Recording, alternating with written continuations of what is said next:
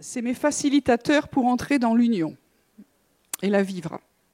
Alors, vous avez vu ce matin, ils ont parlé des portes. C'est un peu la même chose, je le prends sous un autre angle. Il y a des choses qui se croisent, donc c'est très bien. On va se croiser, et c'est excellent. Donc, dans certains milieux, on pense que pour entrer dans l'union, c'est un exercice de piété. C'est-à-dire que vous allez faire silence, donc vous rentrez de votre journée de travail, et puis vous faites silence, et vous vivez un truc incroyable. Vous viendrez me voir après si ça marche. Donc, la plupart des mystiques que j'ai lus, et notre amie qui a été citée, Thérèse d'Avila, elle disait « Mais non, mais commencez pas comme ça. C'est trop difficile. » Madame Guyonne aussi, non c'est Jeanne Guyon, elle dit « Commencez pas par des choses difficiles. Commencez par vivre le silence et la contemplation. Ça veut dire que vous avez du niveau, quoi. Alors tant mieux pour vous. Mais des fois, ça nous arrive, il y a un temps de grâce. Mais dans la vie normale, avec les ennuis, etc., on a besoin de facilitateurs. Et donc, Thérèse d'Avila en donne plusieurs, et chacun en donne plusieurs. Donc moi, j'ai ma panoplie de facilitateurs, mais je vous encourage maintenant à écrire les vôtres et savoir qu'est-ce qui vous aide à entrer dans cette union qui est déjà là. OK ? Donc je vais vous dire des choses, c'est évident, mais vous n'avez qu'à les vivre. Donc, commencez par des choses simples. Des choses où vous savez que vous êtes à l'aise et qui sont un chemin dans le temps dans lequel vous êtes. Aujourd'hui, moi, il y a des choses qui m'aident. Peut-être que dans un an, ce sera un autre chemin. Et puis peut-être, vous comprenez, on n'est pas bloqué, quoi. Voilà. Un exemple, j'y reviendrai. Le psaume 23. L'Éternel est mon berger, je ne manquerai de rien. Alors, soit on le lit, soit on y rentre. Et dans l'union, c'est entrer. Pour moi, le psaume 23, c'est une porte. Quand je ne suis pas bien, quand c'est difficile, je me pose. Moi, ce qui m'aide en général, c'est quand même fermer les yeux. Il y a des raisons neuronales. Je ne vais pas rentrer là-dedans. Il y a des raisons de concentration, mais il y a des gens très spirituels qui disent qu'eux, ils n'ont pas besoin. Vous êtes plus spirituel que moi, soyez bénis. Donc, sachez qui vous êtes, quoi. Non, mais il y a des gens, ils sont sûrs qu'ils sont tellement spirituels qu'ils vivent tous les yeux ouverts. J'ai pas de problème avec ça, mais si vous n'en êtes pas à ce niveau-là, fermez les yeux. Voilà.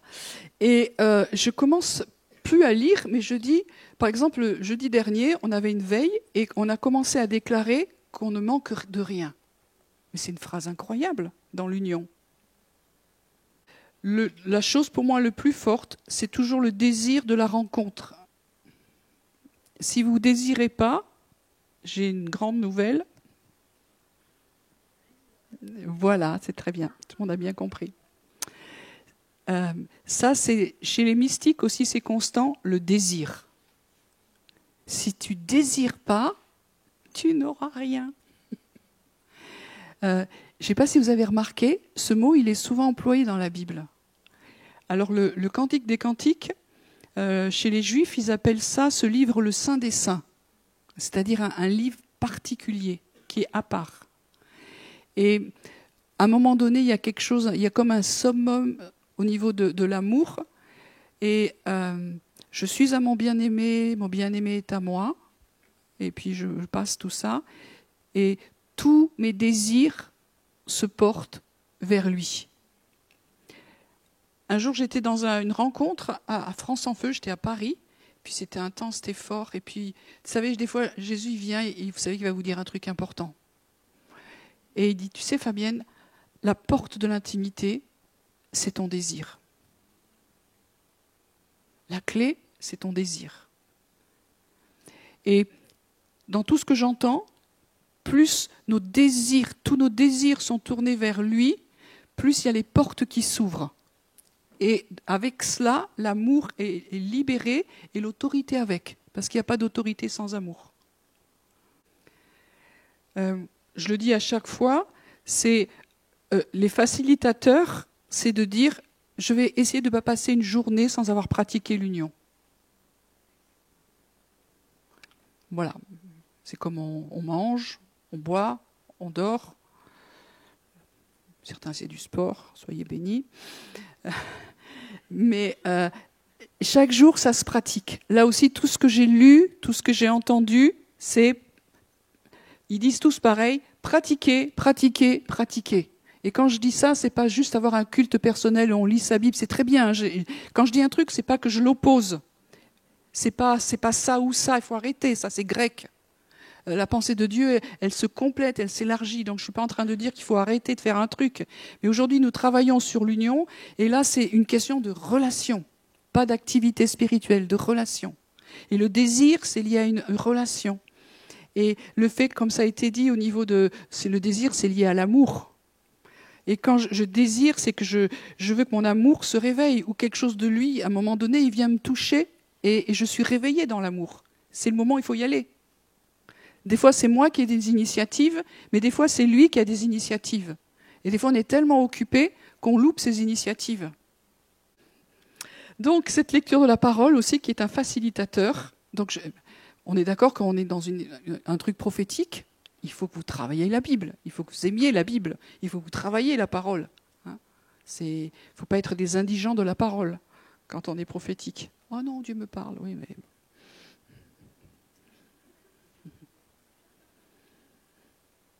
Donc pour moi, la Bible, c'est des portes, des versets qui me font basculer dans l'union. J'entre dans le verset et un voyage va commencer. Mais c'est lui qui le rythme. C'est pas moi qui fait le GPS, c'est lui.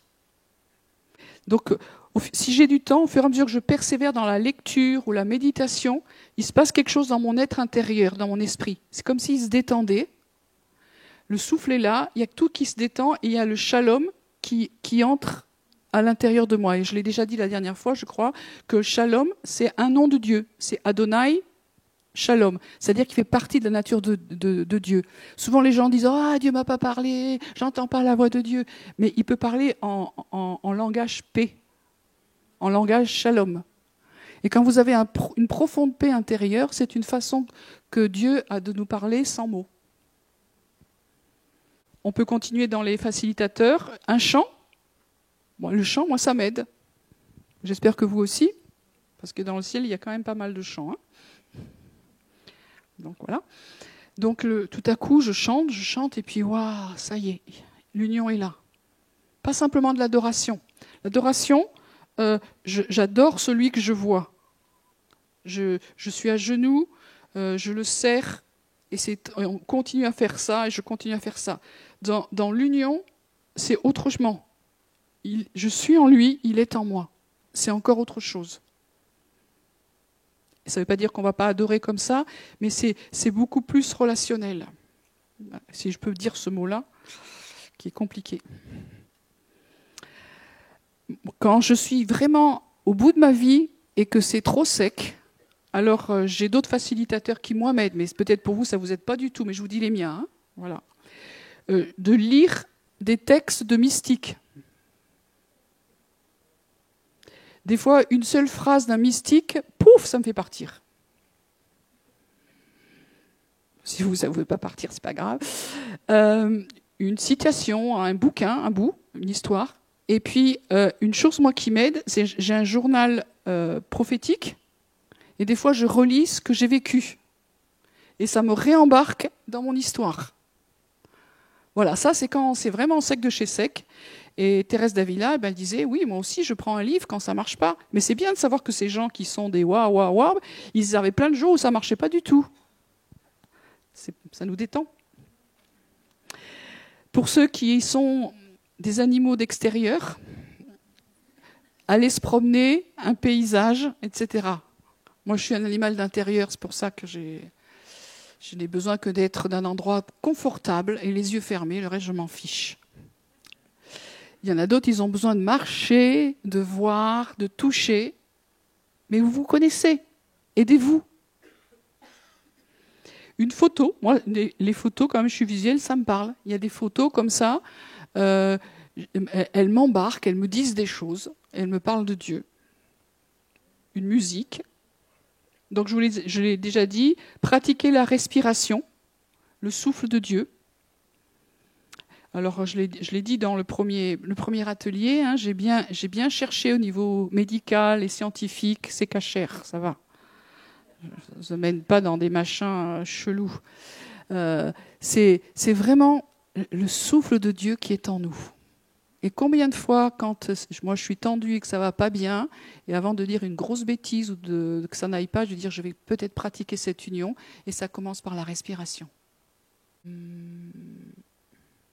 Parler ou le chant en langue, quand même, pour les charismatiques, c'est bien. Et chanter en langue, vous savez que Dieu en nous peut chanter. Et ça, c'est magnifique, de se dire qu'il y a le chant de Dieu, et waouh! Donc, moi, je nous encourage à demander à l'Esprit qu'il nous apprenne à parler en langue, à chanter en langue, à avoir d'aller dans des chemins, des sentiers qu'on n'a pas l'habitude. Le fait d'écrire, pour moi, quand j'écrivais, ça me coupait tout. Maintenant, le fait d'écrire me garde dans l'union et l'approfondit. J'ai dû apprendre. Avant, ça coupait, tandis que maintenant, l'histoire se continue et j'écris des choses qui s'approfondissent, qui sont jolies et ça m'embarque encore plus loin. S'il y a des écrivains au milieu de vous, mais écrivez. Ça vaut vraiment la peine. Alors peut-être ça, c'est que pour certains initiés, mais les lettres hébraïques peuvent être des portes. J'irai pas plus loin. Qu'est-ce que je peux encore dire ? Aussi, apprendre à traiter la voix intérieure. J'aime beaucoup ce psaume, verset 27, je ne sais plus, je n'ai pas noté la référence, excusez-moi. Mon cœur dit de ta part, cherchez ma face. Je cherche ta face, ô Dieu. Donc ce verset est passionnant, c'est-à-dire que c'est mon cœur qui parle de la part de Dieu. Donc le cœur au niveau biblique, ça peut être l'esprit, ça peut être l'âme, ça peut être le cœur physique, ça peut être tout. Mais il y a quelque chose de notre intériorité qui parle de la part de Dieu. Et dans le silence, on ne doit pas avoir peur aussi de laisser parler notre cœur. Parce que donnez-lui la chance de parler de la part de Dieu. C'est génial. Est-ce que c'est moi, Seigneur ? Est-ce que c'est mes pensées ? Est-ce que c'est le diable ? Bon, déjà, si vous demandez à Dieu de vous parler, on se dit que c'est le diable, non. Et après, même si c'est nous et que c'est mélangé, mais c'est pas grave. Dieu est gentil quand même. Mais quand même, Dieu qui parle au travers de moi. J'aime bien ce qu'il dit C.S. Lewis, ça, lui aussi il fait un peu provoque. Entendre Dieu à l'intérieur de soi. Un miracle incroyable ou une escroquerie religieuse. Dieu qui se parle à lui au travers de moi. Voilà, ça c'était un peu le poil à gratter de C.S. Lewis. Mais quand on y réfléchit, comment est-ce que Dieu nous a façonnés pour que nous répondions à sa présence ? Ça ne vous pousse pas à l'adoration ? De se dire, Dieu, je suis une créature merveilleuse et tu m'as créé pour que je sois un palais pour toi, et un palais vivant. Nous sommes un temple vivant. Tout en nous réfléchit, résonne.